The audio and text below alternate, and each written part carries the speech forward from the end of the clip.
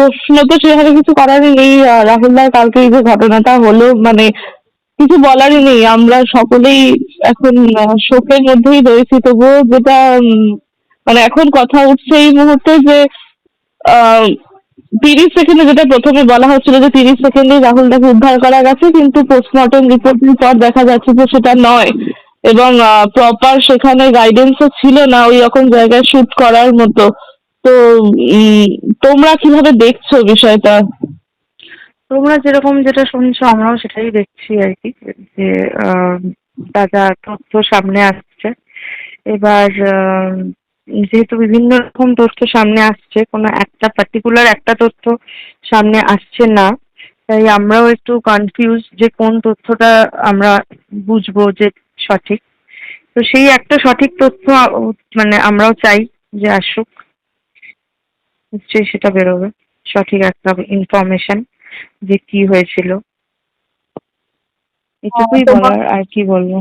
তোমাকে তো কাল রাতেও আমরা ওখানে দেখতে পেয়েছিলাম, আজকে সকালেও তুমি গেছিলে। রাহুলদার মা, মানে জানি এই পরিস্থিতিতে প্রশ্নটা করাই যায় না, তবুও মানে আন্টি কেমন আছেন যদি একটু বলতে পারো।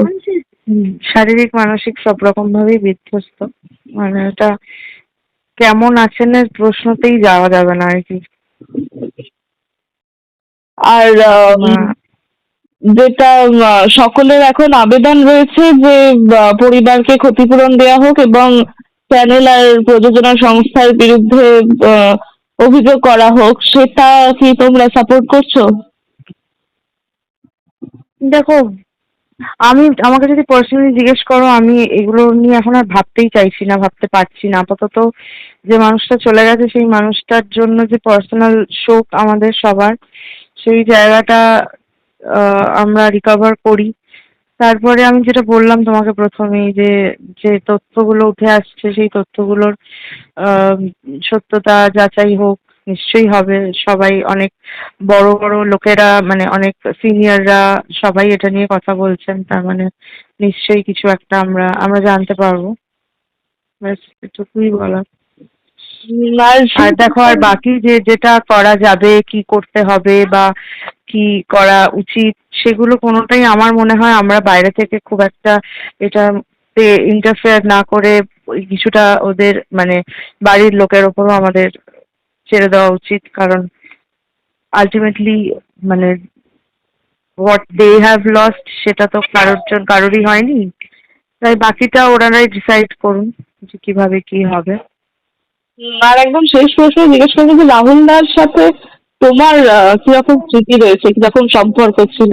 ভাবিনদার সাথে আমার হাজবেন্ড সুদীপের থ্রুতে আমার সাথে মানে হৃদ্যতা হয়। তার আগে ভাবিনদা আমার সিনিয়র অ্যাক্টর, কো অ্যাক্টর ছিল।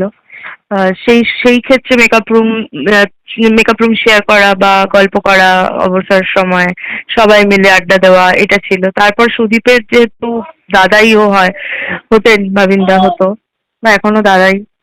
তো সেই জায়গা থেকে আমার সাথে খুবই ভালো সম্পর্ক, মানে আমাদের বাড়ির দাদার মতো আর কি, মিনি জেঠু ছিল বাবিনদা। এই আর কি বলবো। বুঝতে পারছি। থ্যাংক ইউ অনিন্দিতা দি, জানি